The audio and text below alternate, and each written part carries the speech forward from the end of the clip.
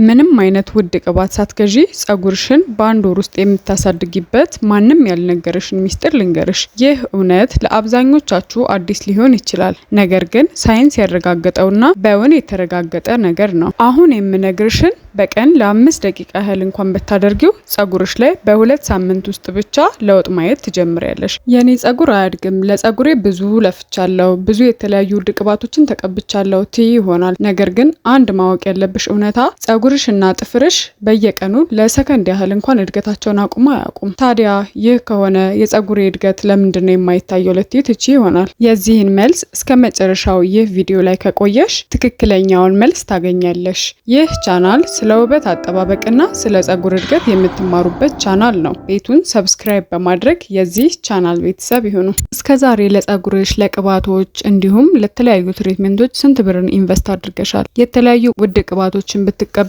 ጸጉርሽ ላይ ግን ምንም አይነት ለውጥ አላየሽም። ይህ ለምን ይመስልሻል? ትኩረትሽና ጭንቀትሽ ጸጉሬ እንዴት ላሳድገው የሚለው ላይ ብቻ ስለሆነ ነው። ምክንያቱም ቅድም እንደነገርኩሽ ጸጉርሽና ጥፍርሽ ብትንከባከቢውም ባትንከባከቢውም እድገታቸውን ለሰከንድ ያህል እንኳን አያቆሙም። ነገር ግን የተለያዩ እንክብካቤዎችን ስታደርጊ ጸጉርሽ የሚያድግበትን ፍጥነት ትጨምሪዋለሽ። እዚህ ትኩረት ማድረግ ያለብሽ እንዴት ላሳድገው የሚለው ላይ ብቻ ሳይሆን አሁን ያለውን ጸጉሬን እንዴት ልጠብቀው የሚለው ላይ ነው። የሰው ልጅ ጸጉር ምንም አይነት የጤና እክል ከሌለበት በ30 ቀን ውስጥ ግማሽ ያህል ኢንች ጸጉር እንደሚያድግ ይታወቃል። ነገር ግን ያደገው ጸጉርሽ ተገቢውን እንክብካቤ ካላገኘ በተለያዩ ምክንያቶች ለምሳሌ ተመጣጣኝ የሆነ እርጥበት ወይም ቅባት በበቂ ሁኔታ ስለማያገኝ ጸጉርሽ ይደርቃል። ይህ ደግሞ ጸጉርሽ ተሰባብሮ እንዲረግፍ ትልቁን ድርሻ ይይዛል።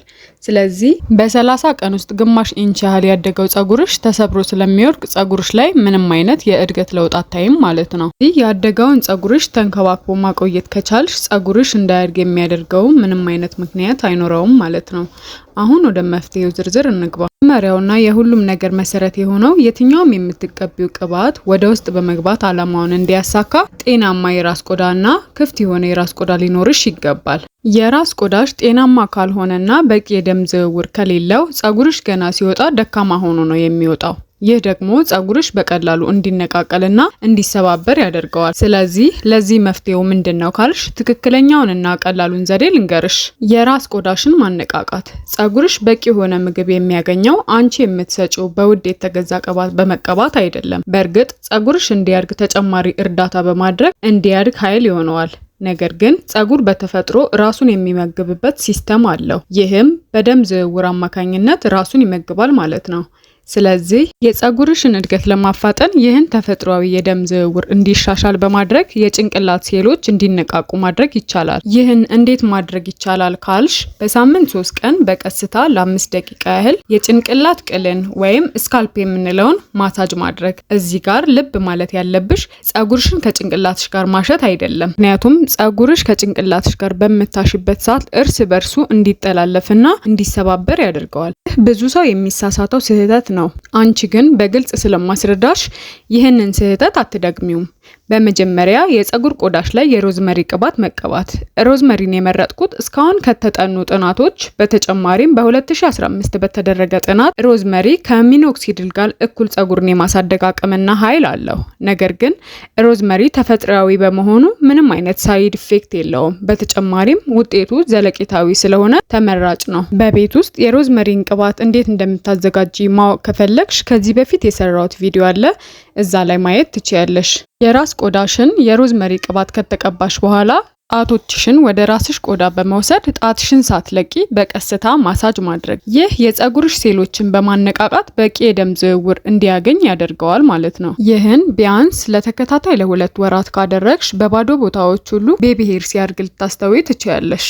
ሁለተኛ፣ ብዙ ጊዜ ጸጉርሽን ከታጠብሽ በኋላ ቅባት ብትቀቢውም እንኳን ይደርቅብሻል አይደል? ይህ የጸጉርሽን እርጥበት የምትጠብቂበት ስልት ትክክል ስላልሆነ ብቻ ነው። ጸጉርሽን ቅባት ከመቀባትሽ በፊት እርጥበት ማግኘት አለበት። ወይም ከታጠብሽ በኋላ እርጥበቱ ሳይደርቅ ፈሳሽ ቅባት እንደ ኦሊቭ ኦይል፣ ኮኮናት ወይም እንደ ሮዝመሪ ያሉ ቅባቶችን ቅልሽን ብቻ ሳይሆን የጸጉርሽንም ዛላ እየከፈልሽ በደንብ መቀባት ይኖርብሻል። ይህ ጸጉርሽ እንዳይደርቅና ለጸጉርሽ የሚያስፈልገውን ያህል ተመጣጣኝ የሆነ እርጥበት እዛው እንዲቆይ ያደርገዋል። በመቀጠል ጸጉርሽ ዛላ ላይ ወፈር ያለ የጸጉር ክሬም ወይም ቅባት ጸጉርሽን ከፍለሽ በደንብ መቀባት። ይህ ጸጉርሽ ላይ ያለውን የውሃ እርጥበት እንዲሁም የተቀባሹን ዘይት አፍኖ እንዲቆይ ስለሚያደርገው እነዚህ ሶስቱ ቅደም ተከተሎች ጸጉርሽ እንዳይደርቅ ያደርጉታል ማለት ነው። ማስተዋል ያለብሽ የነገርኩሽን ቅደም ተከተል በፍጹም ማቀያየር የለብሽም። ትክክለኛውን ውጤት ለማግኘትና ጸጉርሽ እንዳይደርቅ ቅደም ተከተሉን መከተል ይኖርብሻል። በመጀመሪያ የውሃ እርጥበት፣ ዘይት፣ ወፍራም ክሬም እንዲሁም ጭቃ ቅባት ማለት ነው። ይህንን ቢያንስ በሳምንት 2 ጊዜ ከተጠቀምሽ ጸጉርሽ በመድረቅ ምክንያት መሰባበሩን ያቆማል። ስለዚህ ጸጉርሽ ላይ የሚታይ የጸጉር እድገት ታያለሽ ማለት ነው። በሶስተኛ ደረጃ ጸጉርሽ ላይ የሚታይ የጸጉር እድገት እንድታይ የሚረዳሽ ጸጉርሽን ከታጠብሽ በኋላ ወይም በመኝታ ሰዓት ጸጉርን ማስያዝ። ይህ ጸጉርሽ በቀላሉ እንዲበጣጠስ ሰፊውን እድል እያመቻችሽለት ነው። ስለዚህ ጸጉርሽን ከታጠብሽ በኋላ ቅባት ቀብተሽ እንደዚህ ቢያንስ ለ1 ቀን ወይም ጸጉርሽ እስኪደርቅ መስራት ይኖርብሻል። በተመሳሳይ በምተኝበት ወቅትም አበጥረሽ ላላ አድርገሽ 2 ሰርተሽ ብተኝ ጸጉርሽ ከትራስ ጋር ሲተሻሽ በቀላሉ እንዳያያዝና እንዳይሰባበር ተጠብቂዋለሽ ማለት ነው። ነገር ግን ጸጉርሽን ማስያዝ ግዴታ ከሆነ እንደዚህ አይነት ከሲልክ የተሰሩ ጸጉር መያዣዎችን መጠቀም የተሻለ ነው።